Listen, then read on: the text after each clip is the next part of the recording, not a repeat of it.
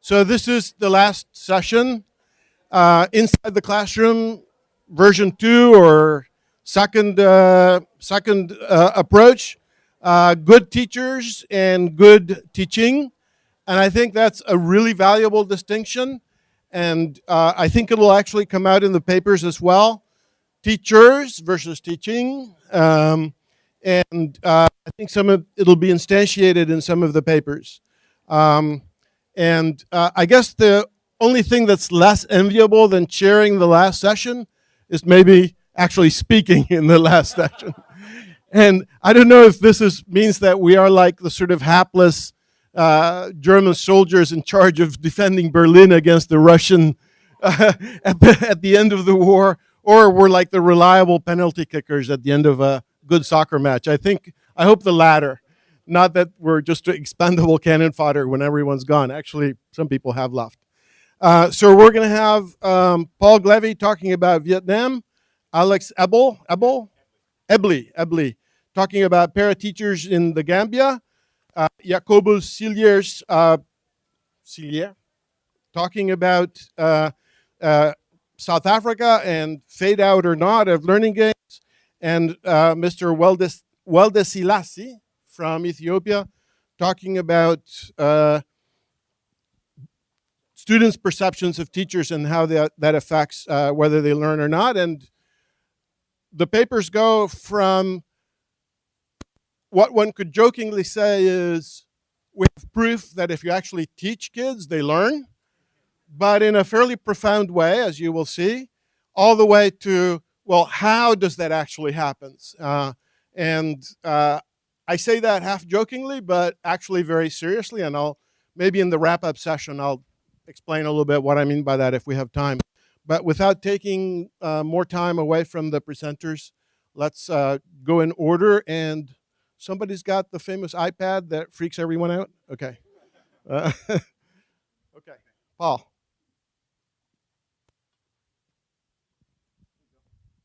Is this microphone working? Can you hear me? Yes? No? No.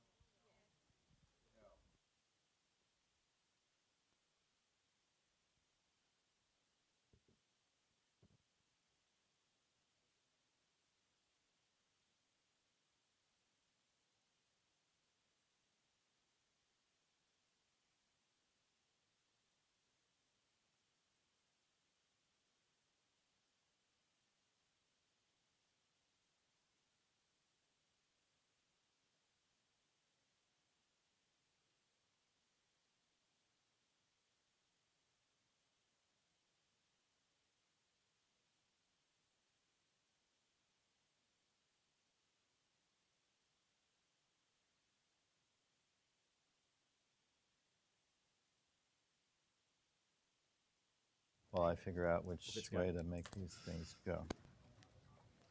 Okay, now the mic is working and the clicker is not working.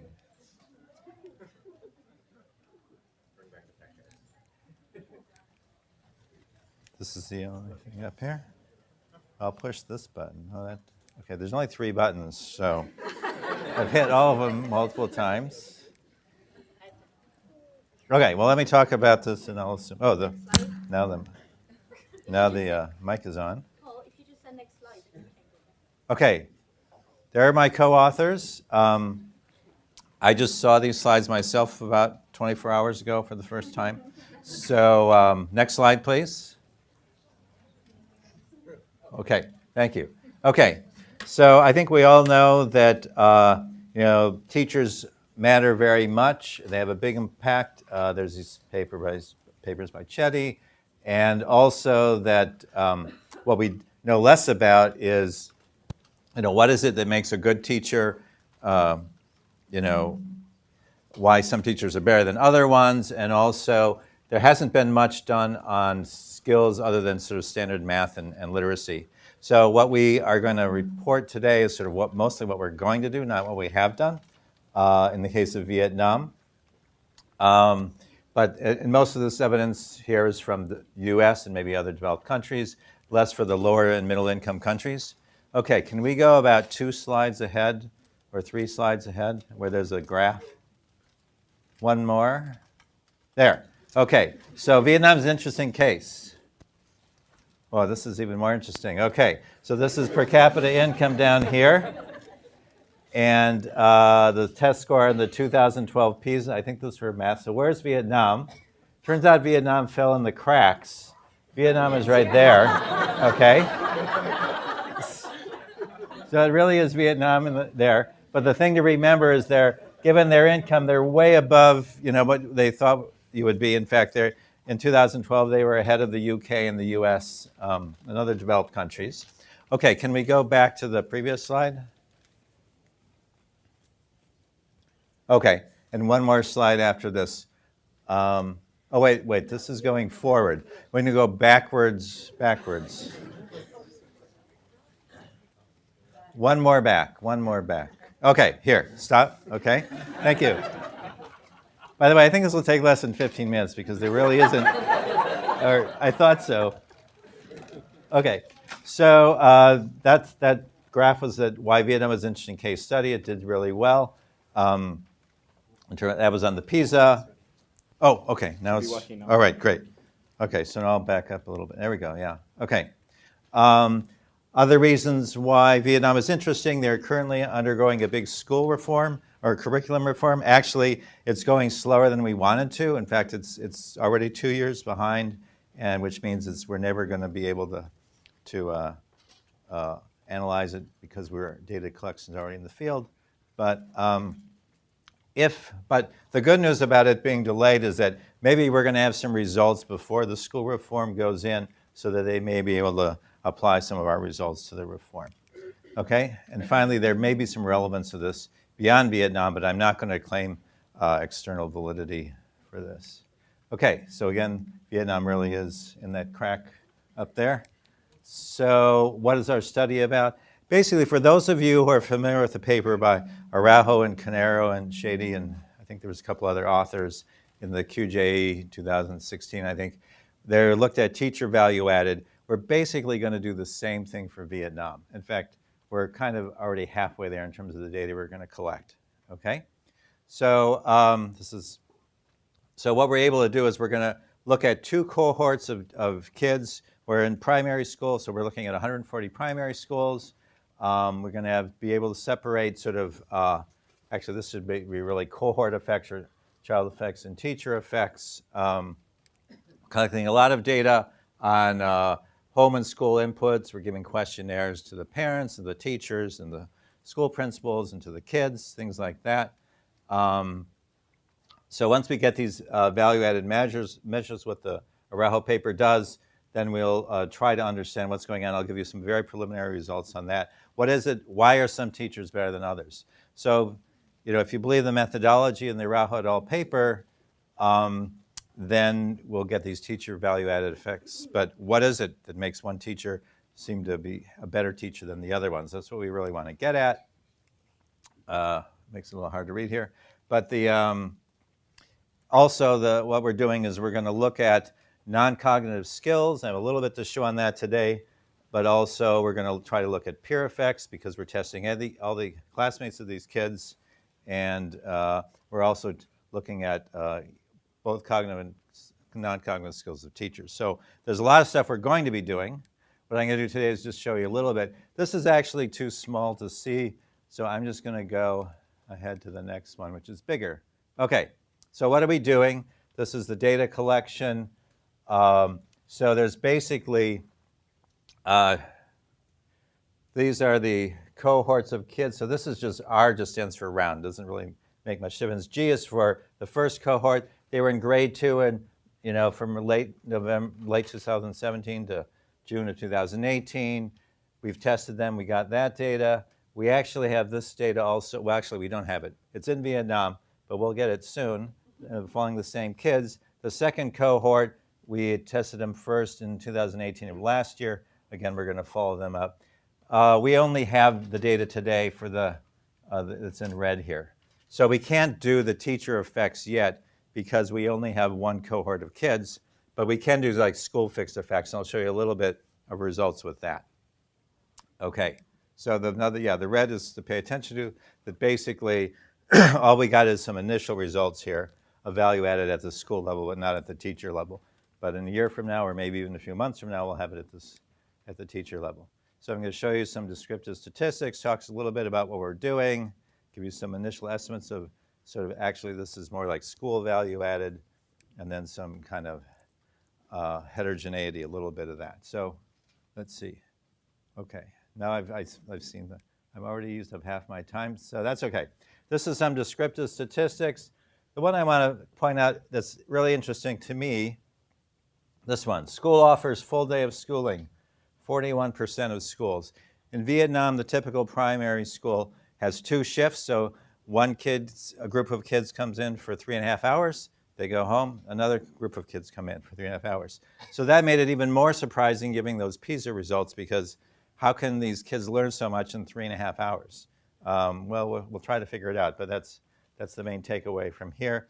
Just to let you know, in the data I'm going to show you, we've got about 5,000 kids that took the math and Vietnamese test, about 1,654 who took the non-cognitive testing to look at, and they're spread across 140 primary schools and 282 classrooms. Okay, so here's the outcomes we're going to look at. So in round 1, that was in November of 2017, we had math tests and Vietnamese tests. Each one had 25 items. Then in round 2, that was April 2018, we just made the test a little bit longer, but we also did a lot of non-cognitive skills in round 2. So we have executive functioning, I'll show you a little bit there, and then several other things, non-cognitive skills. I know a lot of education people don't like this term, non-cognitive skills, but my co-author put that in there before I could stop. My co-author. Executive functioning, for those of you who are economists who have no idea what this means, it's basically the idea that you can set goals for yourself and take actions to meet those goals, okay? So it has nothing to do with, like, the chief executive of the US, who's probably the opposite of executive functioning, but that's what it is. Okay, so this kind of tells you what we were trying to do in terms of developing the tests. So the math and Vietnamese test, they both have questions that are with respect to the exact curriculum, but also more general competencies in reading and mathematics, okay? And they're comparable over time. They have linked items and so forth. And executive functioning, yeah, this is another definition, basically, of executive functioning.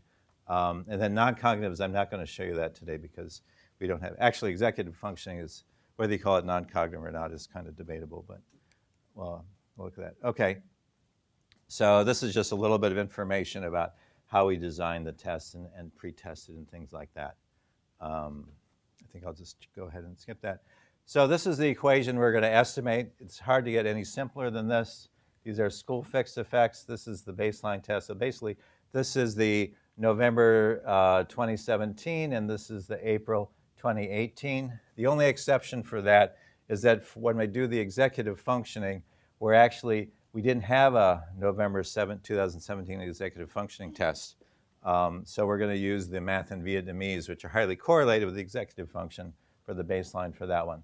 But otherwise, we're trying to do this, and this is so the school fixed effects that we're capturing, and they're basically value added. You start with where the kids were. Immediately, this may be a noisy measure. In November 2017, something happened to them to get their scores in April 2018, and so we're going to call that the school fixed effect. But it could also represent what happens at home with the kids, and not just what's happening at the school. The first thing to point out is that they do have a fair amount of variance. So this is for mathematics, the blue line, and for Vietnamese, they are kind of spread out. These are standard deviations of the distribution of the test scores, so they're spread out. They both have kind of a long tail on the lower end. So we think there's some variation in here to explain. As we'll see in a minute, the results we get so far kind of fit with other people get. Okay, oh yeah, so we think there's some variation here to look at. And finally, I should point out that most of the variance in these schools is within schools. I think it was 86% for Vietnamese and 75% for math. but there's still variation across schools as well that we're going to be focusing on today. So that's the same equation. So the first step is estimate that, get these school fixed effects, okay? And we're actually going to focus on within school differences in classrooms. So in each school, we've got at least 2 classrooms. And there's a little bit of a worry that there's selection. Some, the good kids go to the good schools, the bad kids go to the bad schools, or something like that. So we're going to focus just on within school variation that we measure. And within school, we actually, in our school questionnaire, asked them to use tracking or streaming and so forth. Most of them don't. A few of them did, so we dropped them from the data. So hopefully, any selection effects will be kind of taken care of by the fact that we're just looking at it within school class differences. Okay? Let's see what else. Okay, and finally, we corrected for there's sort of small sample bias when you estimate these things and calculate the variance. We corrected for that. Okay, so let's see. Yeah, I got 3 minutes left. So these are the class effects that we get for math and Vietnamese. They're more than just teacher effects because they're at the school level. Executive functioning, they're smaller. These are comparable to what other people get. So we think that that's a good sign that Vietnam is not so different, at least in terms of estimating this thing as other ones. Couple interesting things we've looked at so far in terms of heterogeneity with the math and Vietnamese is that there seems to be some difference in math, although it's not quite significant at the 10% level, that the kids at the top 30% of the initial distribution maybe are learning more than the kids at the bottom 30%. We don't see that at all with Vietnamese. If anything, it may be a little bit the opposite. We couldn't do that with executive functioning because we only have 2 minutes of time. No, because we only have about 6 kids per classroom for this. Well, we have 20 per classroom for that, okay? So then you might ask, okay, so we've estimated some maybe teacher fixed effects here. What in our teacher questionnaire predicts teacher fixed effects? The answer is nothing predicts their fixed effects. So these are all teacher characteristics. And that kind of fits what was in the Araujo paper too. I think the only thing they found was like the new teachers had lower fixed effects or something like that. We even have teacher experience in here somewhere. Teacher years teaching, didn't have anything. However, we've taken videos, we videotaped all the teachers teaching, but we haven't yet coded those videos. So we're hoping that when we do that, we're going to see something that predicts why the good teachers are better than the other teachers, okay? All right, so this is the last slide, and I've only got 1 minute left. So it's a good sign that our estimates kind of seem similar to what people found in other contexts, okay? And also what other people have found is that most of the easily measured teacher characteristics cannot, don't predict, the so-called the teacher fixed effects, the value added of the teachers. And this is important because it's a curriculum reform is coming up. So this is kind of what we're going to be doing in the future, getting separate classroom and teacher fixed effects, trying to look at the determinants of the teacher and class quality, looking at any peer effects and then use the classroom videos to try to understand better, like what makes a teacher a good teacher. So we got a lot to do. And so again, sorry that we don't have more results, but we should have more in the next 6 months. Thanks.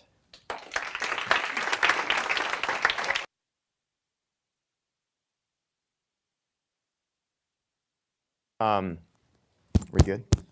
Hi, everyone. My name is Alex Eble. I'm an assistant professor of economics and education at Colombia's Graduate School of Education, and I'm delighted to present to you joint work with many co-authors that we've been doing in the Gambia and its implications for how to raise learning levels in particularly hard-to-reach parts of the developing world. So Kartik set this up really nicely. To paraphrase him, one of the crucial issues in education is how to achieve basic literacy and numeracy across the world. And we're heartened to see that over the last 50 years, basic levels of learning have increased dramatically. Grab someone off the street in East Asia, South Asia, Sub-Saharan Africa, they're much more likely than before to be able to read a book or do simple arithmetic.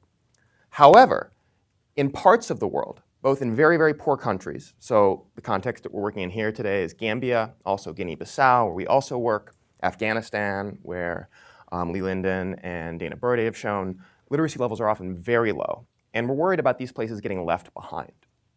Lots of people, including many people in this room, have contributed to what we know about why that's the case. And our slice on this broad research topic is to ask the question, how can we get the kind of large gains in learning that people like Lant have been calling for in these particularly hard to serve areas? So our answer to this is to run an RCT in rural Gambia evaluating a supply-side intervention that delivers 3 things known to be effective in isolation to primary school-aged children. So the first of these is para-teachers delivering after-school lessons. The second is using scripted lessons to give teachers the structure they need to get through this content effectively. And the third, along the lines of what Ben Piper and his colleagues at RTI have shown works, is to give teachers extensive coaching. So we monitor them very frequently and focus in that monitoring on making sure that they're doing their job effectively and helping them do so if we find them not to be. We should note that this is in part an attempt to see whether the large gains that some of us measured evaluating an intervention in India using this kind of model can be generalized to a new, more challenging context with a slightly younger age range. What we find is indeed they can. So we measure dramatic differences in learning between intervention children and control children. So we take children entering the first grade or intending to enter the first grade. We give them the ones that are randomized to receive the intervention for 3 years. And at the end of those 3 years, we measure vast differences in the set of skills tested in EGRA and EGMA tests in a way that suggests that children who get this intervention are well on their way to being able to execute these skills, and children in the control villages, and really the counterfactual of most of rural Gambia, is not. We think these large gains are driven by 2 things. The first is the nature of our intervention. These 3 things all have been shown, many by people in this room, to be effective in isolation. They worked in India, and we think there's some evidence that perhaps there's complementarity between them, although we didn't design the study to test that. The second reason we think is that we're working from such a low level of learning in these parts of rural Gambia.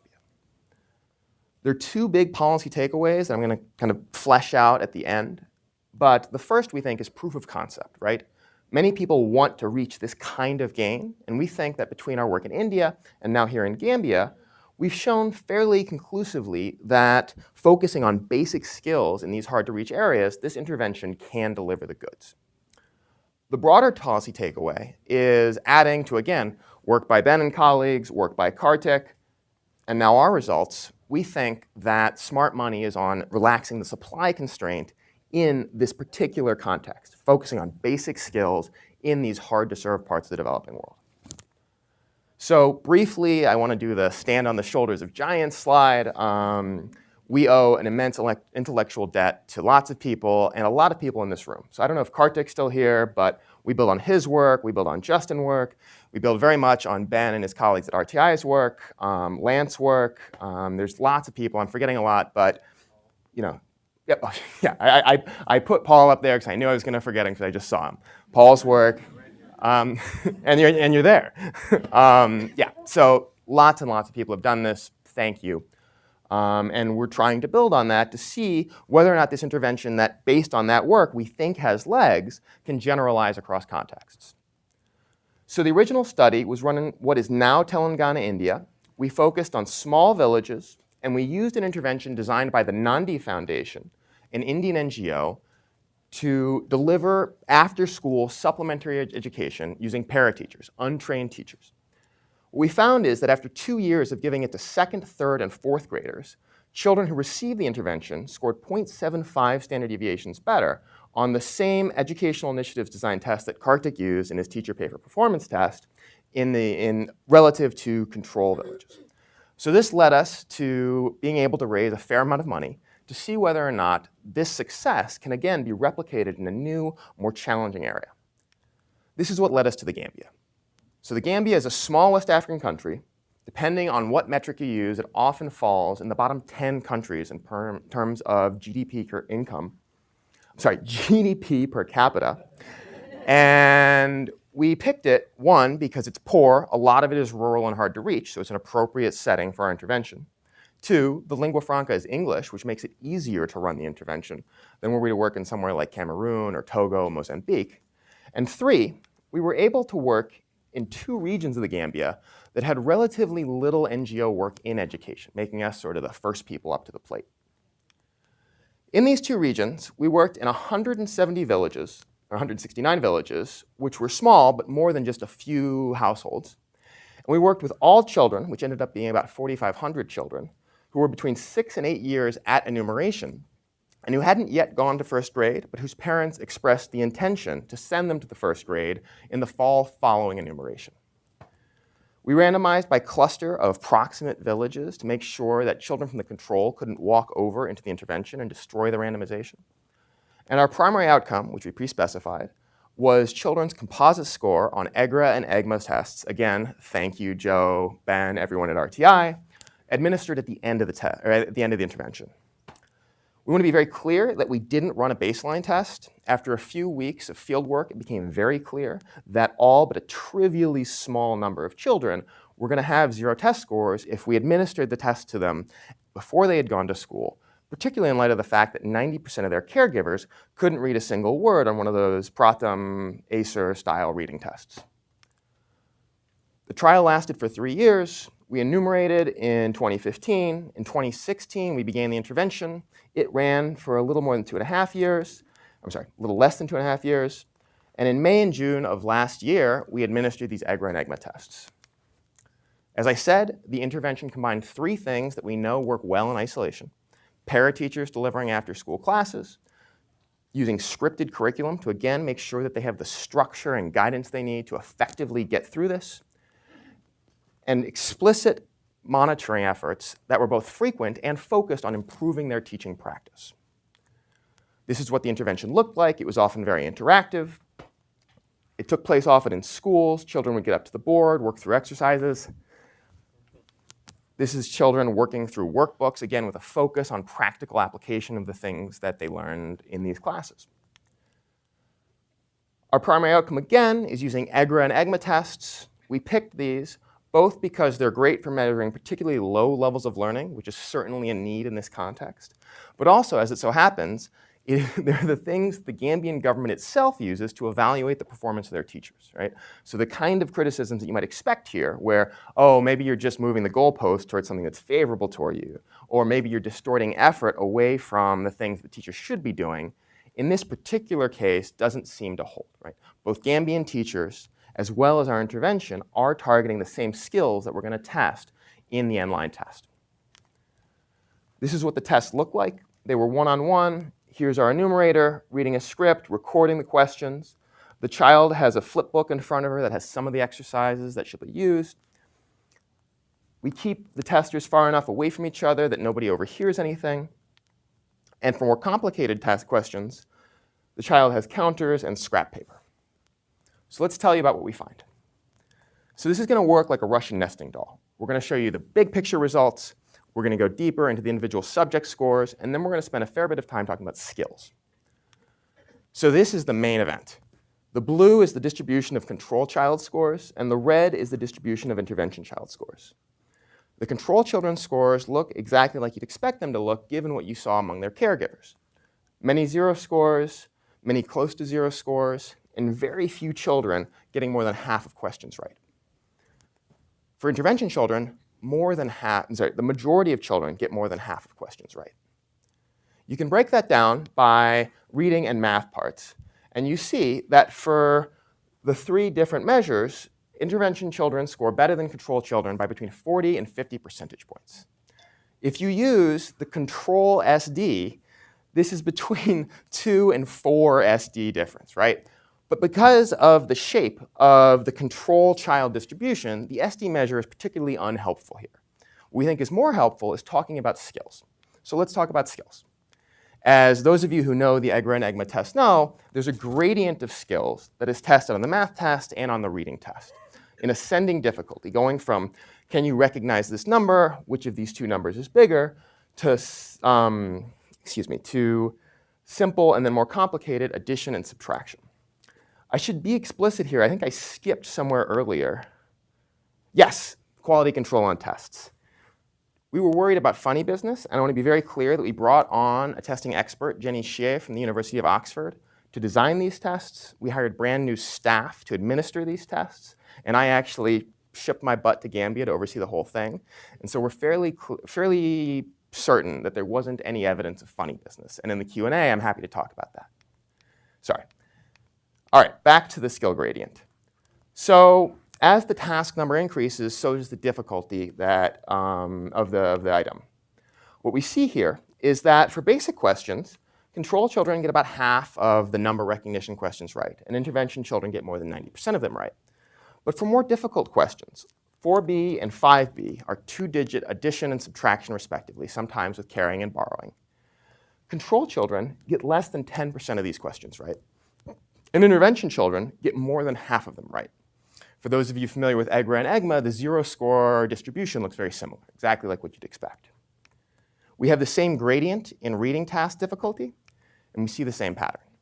For all of the tasks that involve reading or parsing content, control children got 6% or less of the questions right, where intervention children got half or more of the questions right. So the sort of big picture message here is that intervention children seem to be on their way to being able to use these skills, while we see no evidence that most control children are.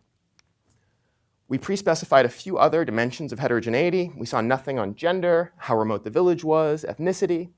Children in the intervention villages over time were slightly more likely to be in school. However, those differences can't come close to explaining the difference that we see here. And finally, we pre-specify the potential for spillover from the child either to her siblings or to her caregivers, and we see some evidence of spillover to the younger sibling. A few things to wrap up with. One, why do we think these estimates are so big? I talked about this before, so I'll be quick here. One, these three things work by themselves. Two, there may be complementarity. Three, we had reason to believe it would work because it worked so well in the Gambia. The second thing that may drive this is because we're working from such a low baseline. And the thing that's hidden here that I haven't talked about is that we think this also tells us a little bit about the ceiling on where para-teachers can and can't work. As we got to the third grade curriculum and started teaching two-digit subtraction with borrowing, reading comprehension, et cetera, it took a lot more gas, a lot more monitoring to make sure the intervention teachers could deliver the goods. And we felt that if we had gone further into the fourth or fifth grade curriculum, that might have gotten beyond our ability to execute. The last thing to discuss is what we think we can do in terms of the policy realm. We're going to go from very specific to very, very broad. So first, proof of concept. I talked about that. The short answer is we think that we can achieve the gains in this type of area, focusing on these skills if we want to. The bad news is it is crazy expensive, right? For those of you who've looked at these, it is a very, very large number. This comes from the fact, one, that getting stuff to rural Gambia is very expensive.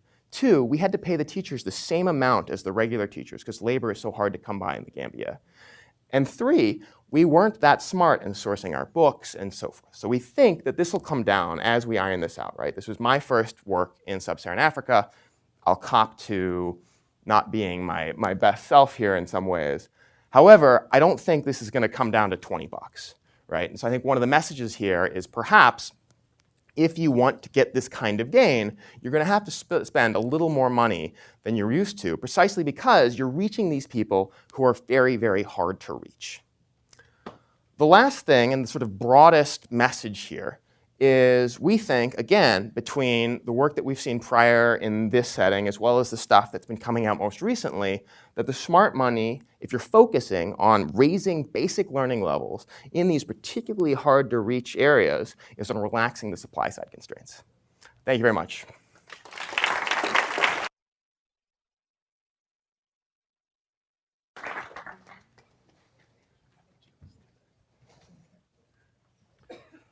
Hi, everybody.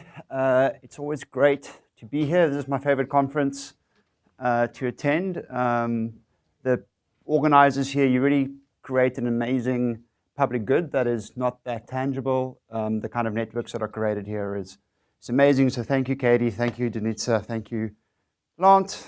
Now, I know he's not here. Thank you, Claire, and everybody else who helped with the organizing. It's great to be here. So what I'll be talking about is looking at the persistence. I'm saying persistence and not long-run impacts. Persistence of 2 successful teacher professional development programs in South Africa. This is joint work with Bram Fleisch, who is in the room right here at University of Witwatersrand, and then a lot of people who are actually in the ministry itself from the Department of Basic Education. So we have a lot of partners that we do want to acknowledge. Department of Basic Education is basically responsible for all of this, and we just got more and more and more donors to latch onto us in order to make this happen. We recently, Bram asked me to say that the President mentioned us in the State of the Nation address, so this has gotten quite a lot of public attention as well within South Africa. Right, so just to start off with, that is probably between teaching at the right level, the structured pedagogical programs in terms of school level interventions is probably like one of the biggest hits in terms of what's successful. In terms of standard deviation impacts, they are by orders of magnitude larger than other interventions that I know of. With structured pedagogical, I mean exactly what Mac just spoke about. It's having these scripted lesson plans, so very structured curriculum combined with these additional aids like graded readers, so extra resources, and also coaches who go and observe teaching on a regular basis, provide them some feedback, often also demonstrate correct teaching techniques and just guidance overall. So they work incredibly well. I don't think there's a lot of evidence, or none that I know of, in terms of the persistence of these types of programs. And the 2 types of persistence, these are different types of persistence. One is what happens to the students over time. So they've been exposed to 3 years of the program.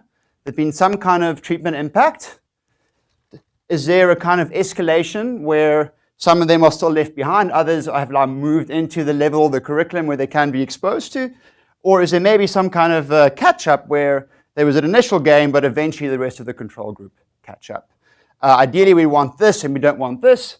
And so it's important for us to understand what would happen to this same cohort of students over time. They might require some kind of dynamic complementary investments in the future if the whole system just doesn't enable them to learn at all. And then the second one, which I think is actually way more important, is a persistence on teaching practice, on the productivity of teachers. And it's useful to think about this in terms of investment in human capital. And if you think about it, the big question is there a long-term improvement in their productivity in terms of their ability to convert their hours into learning? And if that is the case, if this is really an investment in human capital, then maybe a very expensive program can be quite scalable. You know, you don't need to build a bridge or a road every single year. It could be have long-run returns to your investment. You could stagger implementation where you go to a subset of schools and eventually reach all the schools with that kind of implementation. Thinking about it in terms of investments, if you only look at the first year, but the one program that was more expensive had a lower rate of depreciation, it might switch completely the cost effectiveness looking over the long run. This is like just buying or building a very bad or getting the worst company to invest in your dam or whatever, and it breaks down after a very short amount of time. And something else that I started thinking about here is, if you think about it in terms of investments, there might be really low-cost dynamic investments you can make. We're not assessing this, but like think about the analogy of just having some kind of maintenance for an investment over time. For example, if you think about teachers that are being coached and trained, they're acquiring these new skills. They might just need a very low-cost follow-up and touch-ups in order to maintain those skills over time. The differences could be immense in terms of if you have 1 year of a program, and if these productivity of these teachers persist over, say, 30 years, and there's a depreciation rate of, 10%, this is like 10 times as cost effective eventually.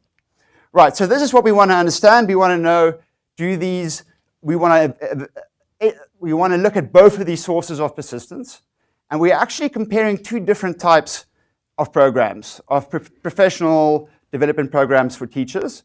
The one is what we call coaching, is this package that I was talking about now, these structured pedagogical programs.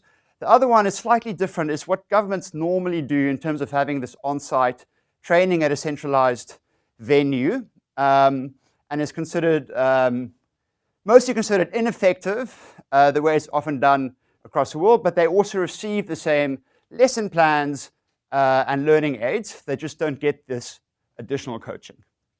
So what we find, and I gave the punchline away, is we do find that learning persists for these students, which is great. This is fantastic. We're very happy.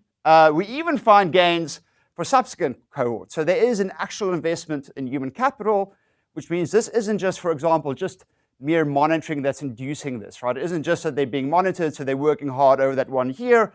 They're actually changing, improving students' learning in the following year when the program has ended. That's great. What's horrible, it's about half the magnitude in terms of effect sizes. So 50% depreciation rate. My takeaway is, well, there's maybe a lot that we can do in terms of maybe stemming the depreciation of the human capital of the teachers. Great, and what's very interesting is the consistency when we do our own data collection on teaching practices and use of the resources is in both these programs, the use of these resources remains very high, up to close to 100%. So they find this very useful. Their knowledge, basic knowledge on pedagogy remains very high. But it's really in teaching practices and behavior where the teachers that receive this coaching continue using these better techniques. Right, I already explained that. The same lesson plans and supporting materials. One training arm does training, another one does coaching. And so what's very important to understand is every year we had a different set of teachers who were trained or coached, and we tracked the same cohort of students over 3 years. So students were exposed to this program over a period of 3 years, but a different cohort of teachers were exposed to just 1 year of training or 1 year of coaching. So 1 year of exposure for the teachers, 3 years for the students. And then we went back. Unfortunately, we didn't go back the end of the third year of the program. We went back a year after the program ended. And we did two things. One is we assessed the same cohort of students, now 1 year after the program ended. But we also assessed a new cohort of students who would have been exposed to these teachers 1 year after the coaching and the training took place. And we also collected data on these teachers, these teachers who were exposed the year before. So, like I said, the great thing is that learning remains almost exactly the same. It's just not perfectly comparable because we don't have grade 3 here, so there might have been even more of a gain and then a drop. But it doesn't die after a year, which is fantastic. If anything, there's some catch-up for the teachers who receive training. As you can see, it's a different situation in South Africa. So in the control group, number of words read, this is in Setswana, has slowly been going up. Large treatment effects that have remained more or less the same in magnitude, but which means relative to the overall gains in the control is becoming smaller and smaller. But this might just be driven by some kind of ceiling effect where you can only read so many words per minute, and it's maybe other higher order domains of learning that this is not picking up at the moment. Something that's really exciting for us is that in English, there are huge impacts as well, different measures of English reading proficiency. So there's some positive spillovers in terms of learning how to read in your home language and also learning how to read in English, even though none of the training focused on this. And this comes back to the fact that the second cohort of students, so these are students who are not exposed to the teachers the year that they received the program. They were exposed to the teachers the subsequent year. Here we see substantial fade out of results. And here the thing is, and just a clarifying point, is that we have far less statistical power here because we didn't actually collect baseline data for this cohort of students. We tracked the first cohort of students. So we don't actually have a lot of statistical power. We were actually powered to detect this kind of impact with our initial sample. So you can't really conclude training is ineffective. If anything, the rate of depreciation is slightly lower for that.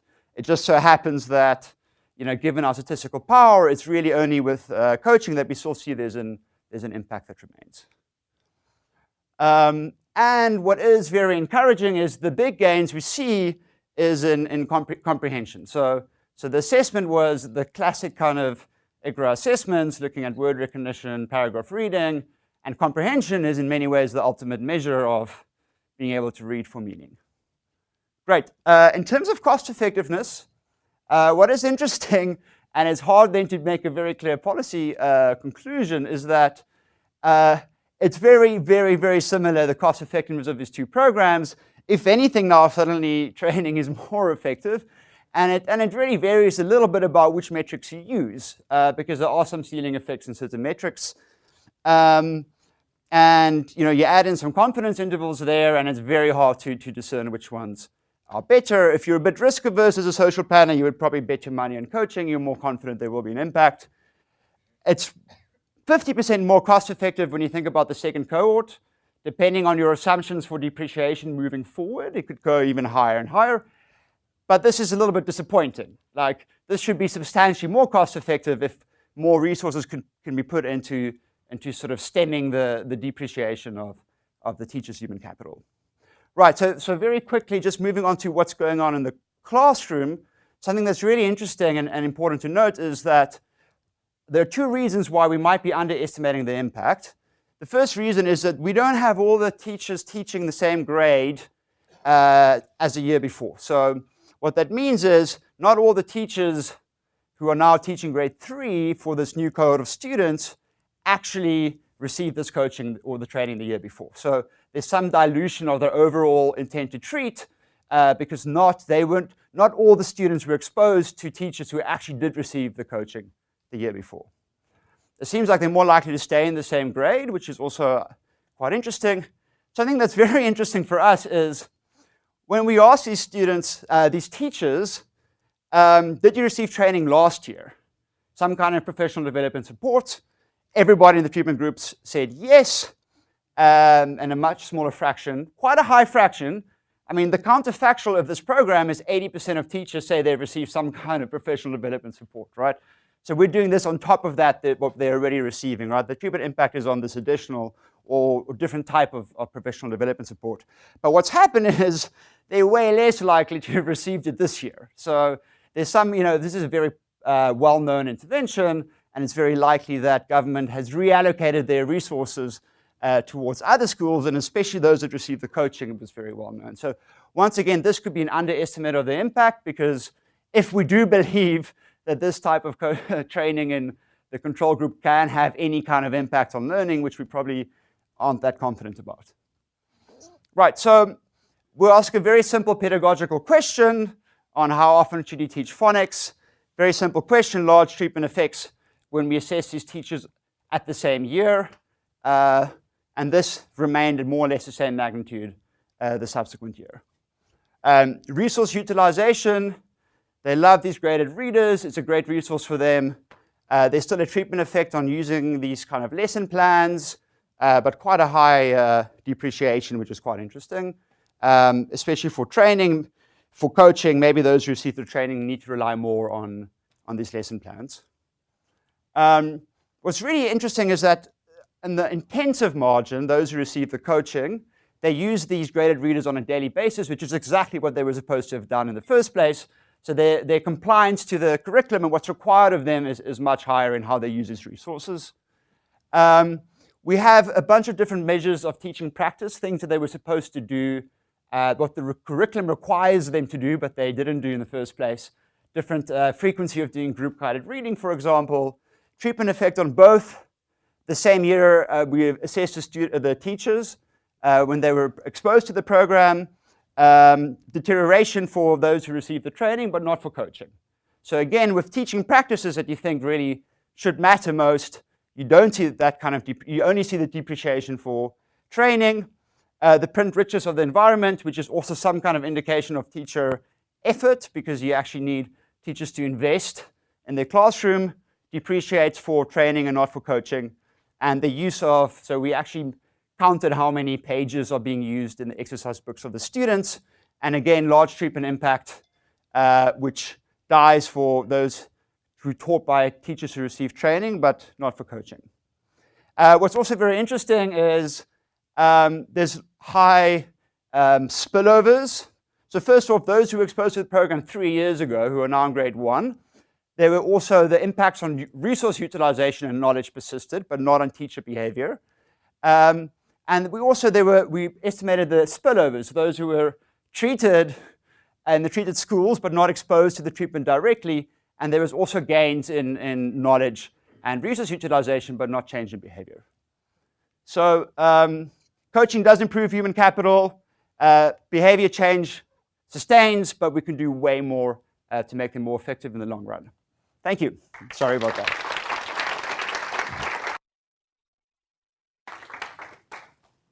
So this one, yeah. Okay, this is the last presentation, I think.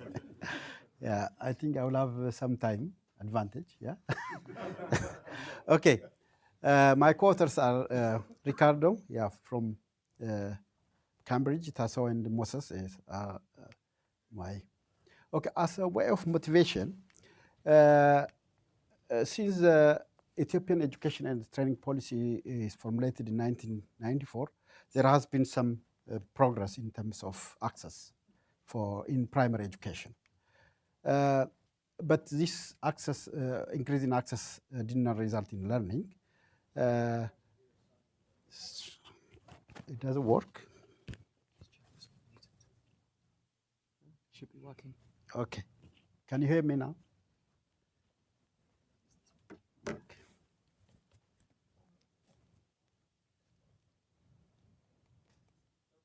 Everything stopped? Fixing. Start talking and then they'll...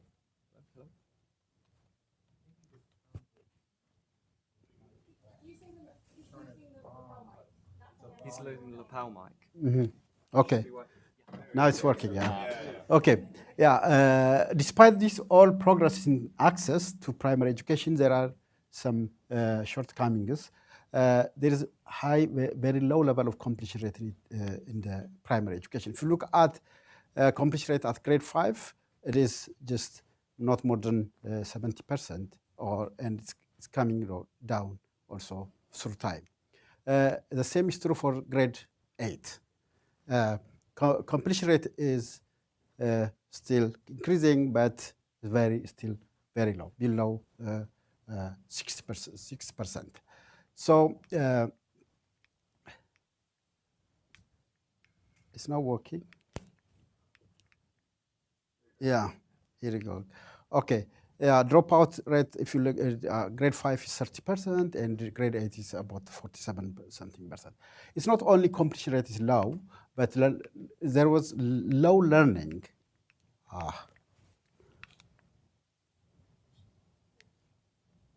Yeah, there is also low learning outcome in primary education. Based on the Ministry of Education exam in English assessment, only 30% of the students can perform at grade 4 and 4 level when the exam for grade 4 is given. And when the majority perform at most at grade level 2 and even below. So in terms of maths assessment, the same is true in Ethiopia. So learning is very low in Ethiopia. It's not only just low level, but it's just declining also. When you look at the graph here, yeah, if you look at the mean score of students for grade 4, it's just for reading, English, and mathematics, it's becoming very declining. The same is true for grade 8. So there has been low learning, and also it's declining.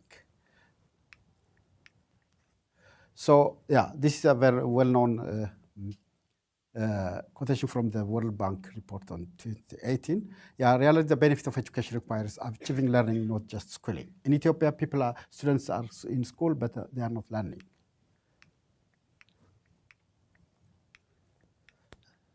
Oh, battery is finished, I think. Okay. Yeah, I think behind this research, there are well-known conceptual issues, theoretical issues. Yeah, we know that there are a number of empirical evidence on the relation between teachers' motivation and its relationship with student achievement. Students with more effective teachers perform better achievement test. This is what known. And then the other important concept behind this study is opportunity to learn. In Ethiopia, opportunity to learn is a matter of time on task, which access to education, just spending more time in the class, etc., etc. And the other important issue is in the pedagogical issue in which determines the best use of instructional time, which is value for formative feedback, experimental learning through practice, etc., etc. These are well-known concepts in the literature of pedagogy.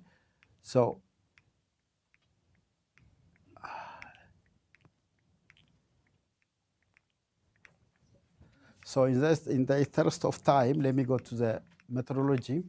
So this study, we have used student and household survey. Around 4,000 students are covered in our survey. And these students are those students who started schools before 2006 and potentially be able to complete primary education before 2015. Only students within this range are included in our sample, in our data set.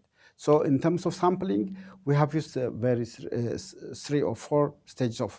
First, we stratified schools based on their regional capital, Warada capital, and rural schools.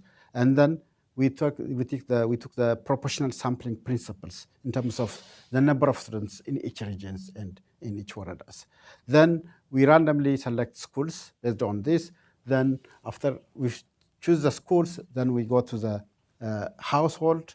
Then we interview students first and then their parents to capture the parents' characteristics issues.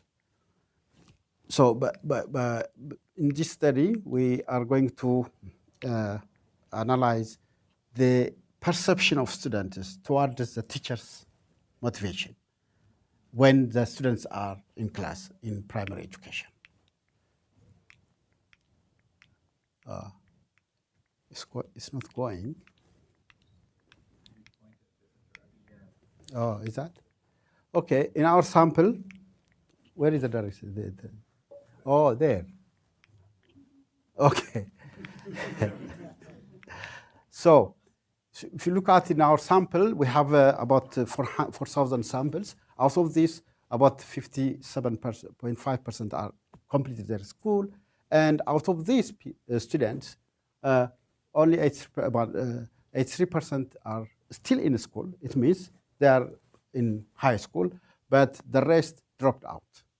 And around 43% are dropped out before completing primary education, but 54% of this dropped out, not completed are still in school, and 46% of not completed people are still dropped out of school. So these are our unity of analysis. In terms of survival, in terms of completion of the chance of completing primary school, those are our unity of analysis. Okay, as you can see, it's here. Yeah. This graph, they tell the same information, one information only. So as the grade level of the students increase, the probability of failing is increasing. And the same is true here. As the grade level increases, the probability of survival or progress to next grade is declining. The same things are, the same information from this study.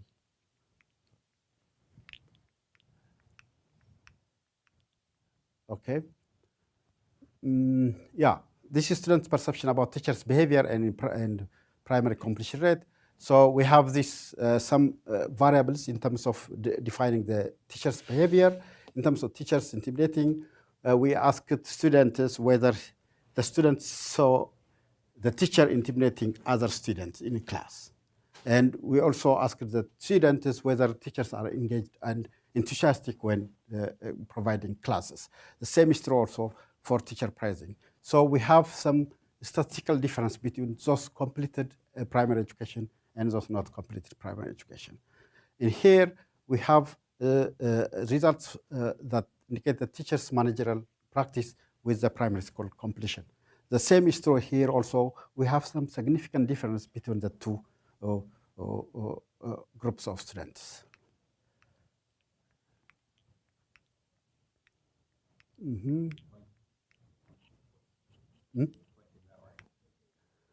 Okay. Here we have some results about the relation between teaching input and primary school completion. So these are the input that the teachers are used when in class, and there is also some kind of difference between the two, between those students in completed, not completed, and completed classes.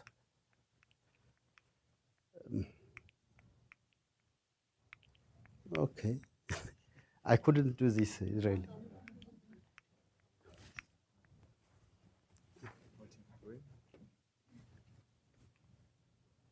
Which one? You just need to point to Another that. one. Okay. Okay. Now coming to the school management factors. In here, why the result shows that there are some school management factors here, and we try to analyze the difference in this school management between the completed and non-completed. And there are also some kind of differences here, statistical differences. I think the chi-square differences are significant in here. Okay. Should I be a glorified clicker? Or just do it? Okay. Okay, now that's the econometric part. So we estimated 4 models here. First, we just include only teachers' motivation factors. And the second model includes only school management factors by excluding this one. And in the third, we include both the teacher motivation and school management factors. And in here, we also add controlling variables like child characteristics, household characteristics, school factor characteristics other than those management factors. Yeah, now here is the result now. Just focus on this because everything is controlled here. And no. Oh, sorry. That's good. Yeah. If you just focus on this one, what is unique to this model is teachers intimidating students. When this is a very unique result, which is unexpected. It means a student who saw the teacher intimidating other people, it's likely that it will progress to complete primary education. This is very surprising for us. The other variables are very robust, and teacher physically punished students, they have no any statistical significant effect on grade survival, meaning progressing to complete grade. We estimated the survival model here, by the way. Other important factor here is teacher use of continuous assessment has really a positive and significant effect on grade progression. Next. In here also we try to see the effect of the school management factors on grade survival. And the same teacher-student ratio has significant effect in reducing the event the failure or just positive effect in progressing the grade survival in the primary education. I think these are major factors. Here, school feeding and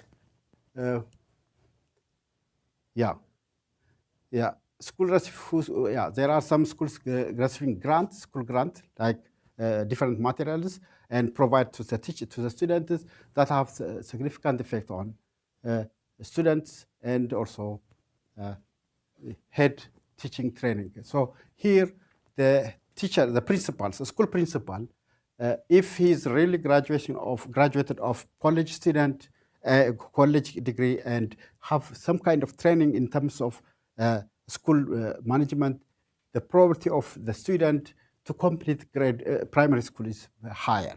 It means the failarity, the event variable is a failure. So the negative value indicates the grade progression, meaning the probability of the chance of failing is low, or the chance of completing grade 8 or primary school completion is higher.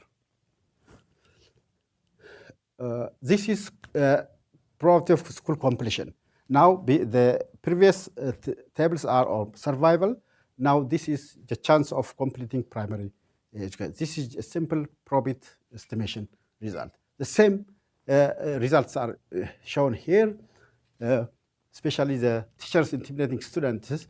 When students who saw other teachers stimulate other students have higher likely to complete primary education compared to those who didn't see that. This is the surprising, the unexpected result for us. I don't know, we couldn't explain that one, but I think we'll see in the future. So teacher praising students also as positive results in terms of the chance of completing primary education for students. So here also some managerial input use of teachers have also different significant effect on students' completion. Finally, the school management factor have low chance in terms of completion of except education level of the school principal. The other variables are not that much important. Okay, to conclude, teachers' behavior has been found very crucial in determinant of primary education in Ethiopia. So it must be any intervention that aims to improve completion rate should consider teachers' behavior and students' perception about their teachers' behavior. Finally, programs and interventions that focus on improving teacher behavior as well as providing input should focus on how these are perceived by different stakeholders, including students. The teaching and learning process should not just focus on the teachers, but on how to maximize the opportunity to learn by students. Students have a voice and really an important role in the school. Thank you so much.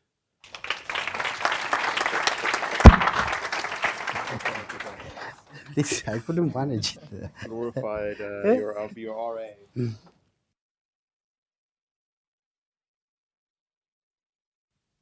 So we'll have the presenters come up and conform a panel. And if you can sit in the order in which you presented, either, yeah, go over there, yeah. That's right, right, excellent, thank you. So I would love to editorialize a little bit, and maybe I will. But let me say, first of all, please stay seated at the end of this session so that we can transit smoothly into the closing remarks. So don't get up, don't start milling around. Stay seated so we can transition right at 5. And so I won't editorialize, even though I really want to. Maybe I'll do it a little bit at the end. And let's just open it up directly for questions from the audience. And so back there, over here to my right, Alec, and let's take those 3, and then we'll go to you. So let's start with oh, this was working now. Great. So let's start with those 3. Go ahead. I'll direct it to Nicholas, but having to others with that knowledge or not.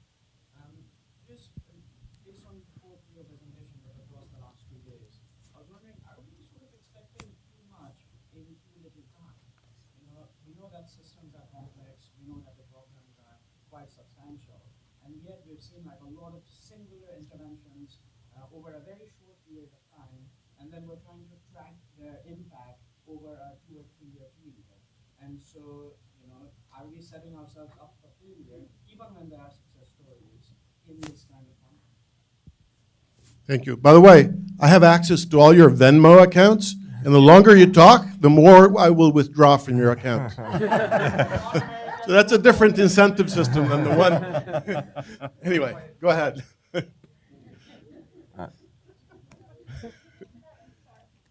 Sorry, no, we were going to go right over here to the gentleman I in think they the need light to blue use your shirt. mic. Sorry? I think they need to use Oh, your mic. they need the mic, okay. Having a mic problem.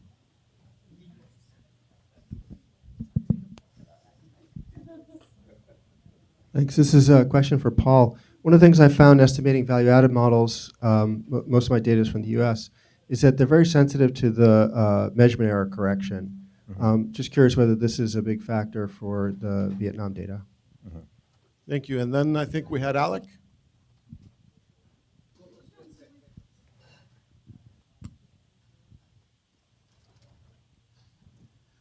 A question for Alex, actually. You had one bullet that you didn't talk about that was very interesting to me, which was the bullet that said that it was politically challenging for the government to do this. So I wondered if you could get to that bullet. And if any of the other panelists want to say something about the politics of the adoption of the programs you're working on, that would be of great interest too.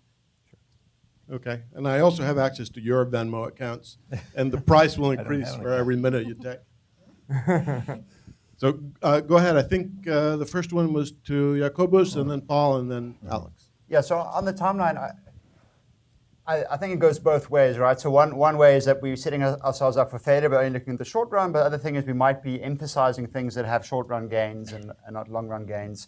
I mean, it is a little bit of a truism, but I think more in kind of human capital investments compared to like physical infrastructure investments. We don't have a long enough time scale, so we think about a once-off investment. We don't think about sustaining these types of programs over time. Governments themselves also have similar incentives given their time frame, but it doesn't help when evaluators walk away after a 2-year evaluation of a program. Yeah. And that was the point about quick wins also that generates political enthusiasm. So, Okay. I can answer very quickly. I just got the results yesterday. I don't know what they would have looked like if we had made the correction, but we will make the correction. We did make the correction. very good. So to answer Alex's question, thank you. I like stage fright. I just totally blanked on that bullet point. What I was going to say is the obvious question is who's going to do this? And we'd like to give an instruction booklet to the government and have them run with it, but Justin Sandifer's work with Tessa Bold and others shows that that often doesn't work out as well as you'd like. It's really expensive and it's politically challenging to change contracts, change monitoring frequency, change curriculum. And so I think, our work in many ways was outshone by the other people this last 2 days who've shown advances in kind of creative ways in bringing those insights into the government curriculum. So I'd point you to Ben's work or Kartik's or others. And I think that's, the open research question is on its way to being closed by these great scholars.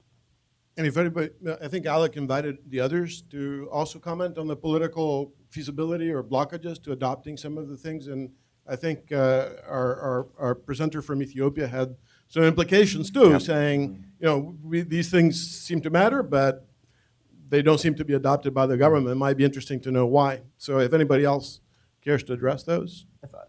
Just the South African context, I think, so 2 things. One is, of course, teacher support programs are way more popular, right, than teacher accountability programs. So in terms of easy wins, these kind of programs are very easy to sell to government. In terms of hard work in South Africa, I think it's very unique in the case that we had a kind of embedded spy academic inside the ministry who is incredibly talented and patient and sort of has driven this forward over a period of half a decade.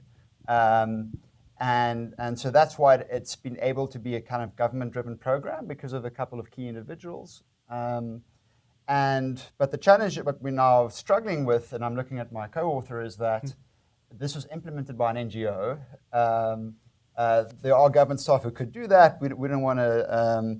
There are a bunch of reasons why they might not be as equally effective. So going from like a government oversight of an NGO-run program to an actual integrated government, that is a really big challenge. And I don't think just handing it over to government would be the right solution to do this effectively. Okay. Any reflections from Ethiopia? Yeah, I think in terms of this intervention, there are a number of interventions taking place in everywhere. And most of them are focusing on either teachers' performance based on payment or something, or school feeding, which is taking place. But I don't see much on the interventions that teachers and students interact very well.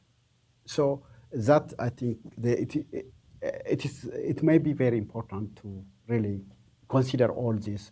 That the students should have some kind of role in terms of really assessing the teachers, not in terms of just filling checklists, but in terms of close interaction between the two. So interventions are lacking on these issues. I don't know what kind of intervention, I don't know. But That's likely to be very unpopular with teachers, though, right? Having students directly assessing them. yeah, anyway. Well, I suppose it depends on how you do it. Yeah. So let's go to a second round. The fellow in the dark blue shirt, and then are there others? Do you want to raise your hand? So Joe and then Ben. Okay. Hello, it's a question for Alex, a quick question.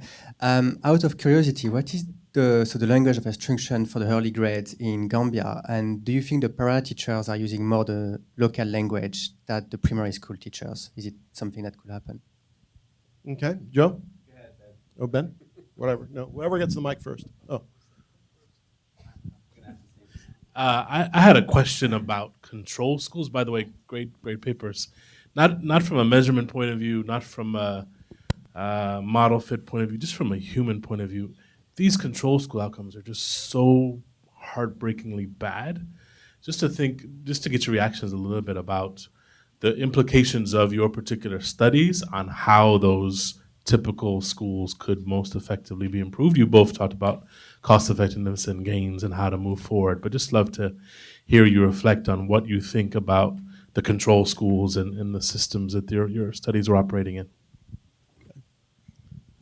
Joe. Thanks again, and thanks to the panel for a great set of presentations. I have a couple of quick things. On the Ethiopia study, I'm curious to know, the data you collected was from asking students, which I think is an interesting perspective, but if you chose to do that rather than do observations of what was happening in classrooms, and if you could talk a little bit about that choice. And then for Alex, the work in the Gambia, I always get a little nervous when you show composite scores for EGRA or EGMA, and especially when you combine across both, because the individual items are not exactly weighted equally. So kind of how you created your composite. I mean, I'm glad you showed the disaggregated by subtask results as well, but just a little curious about the composite. Okay, right. I forget in which order they were asked, so let's. I think there were specific questions for Alex, for Jacobus, and for our Ethiopian colleague whose name I'm blanking out on.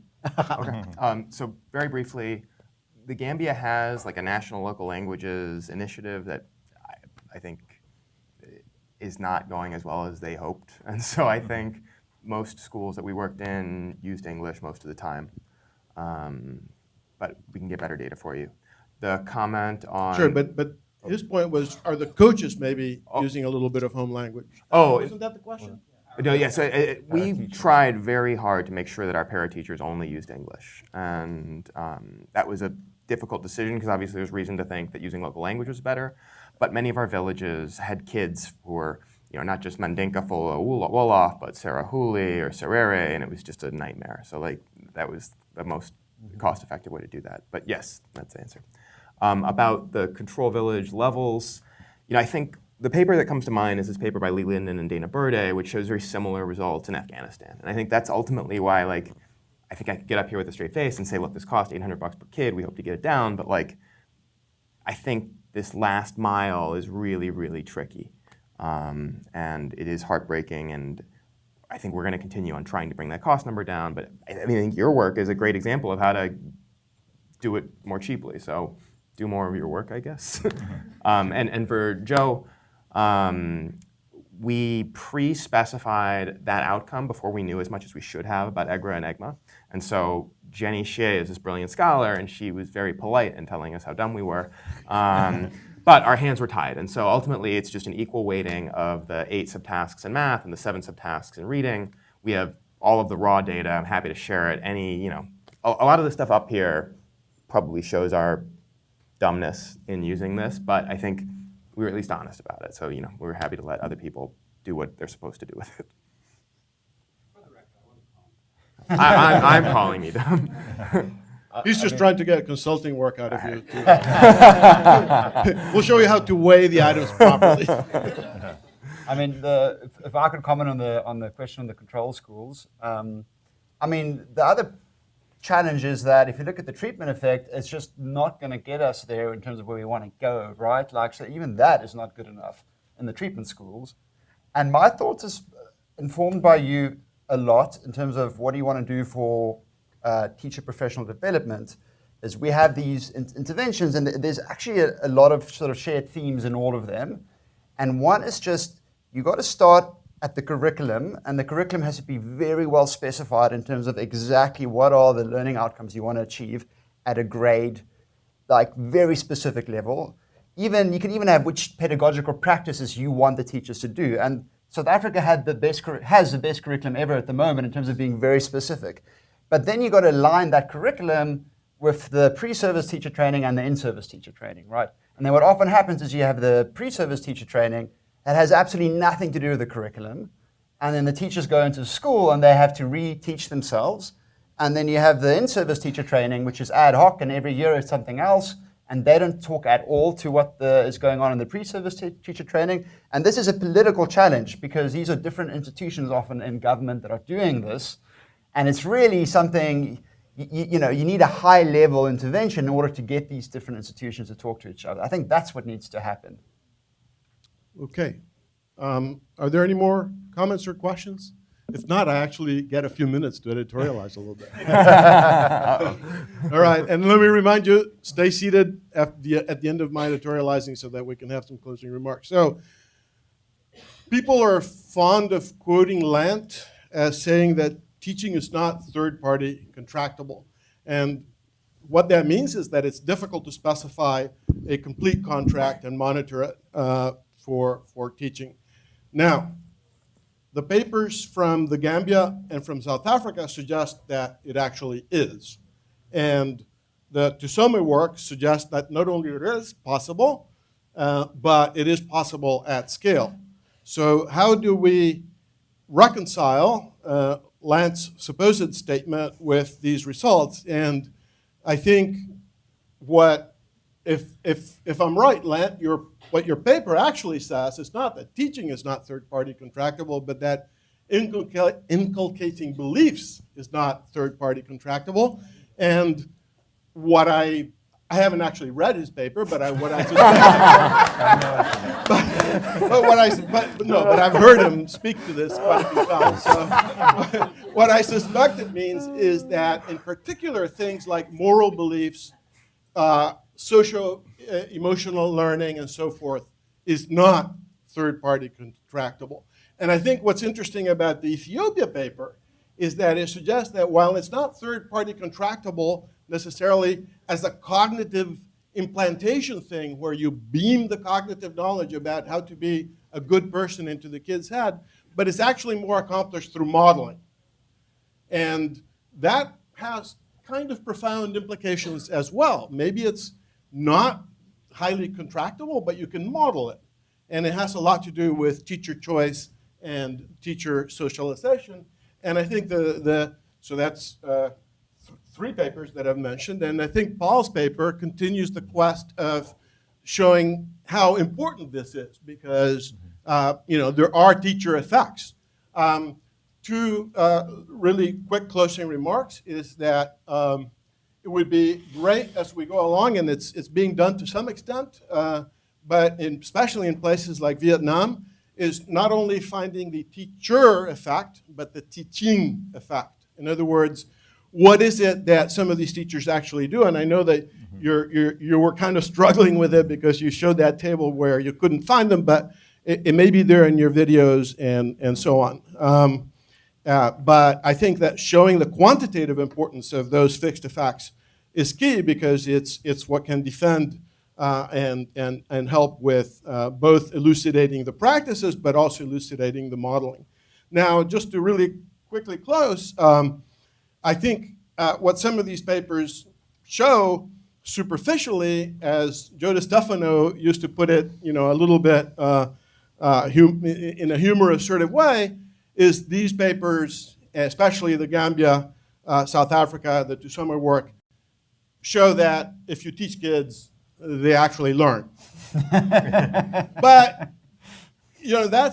I say that jokingly, but it's actually a really profound thing, because 10 years ago, we weren't measuring whether the kids were learning. World Bank projects, USAID projects did not measure whether the kids were learning. And in part, I would submit to you, they were not doing it because people were scared that they wouldn't be able to show effects.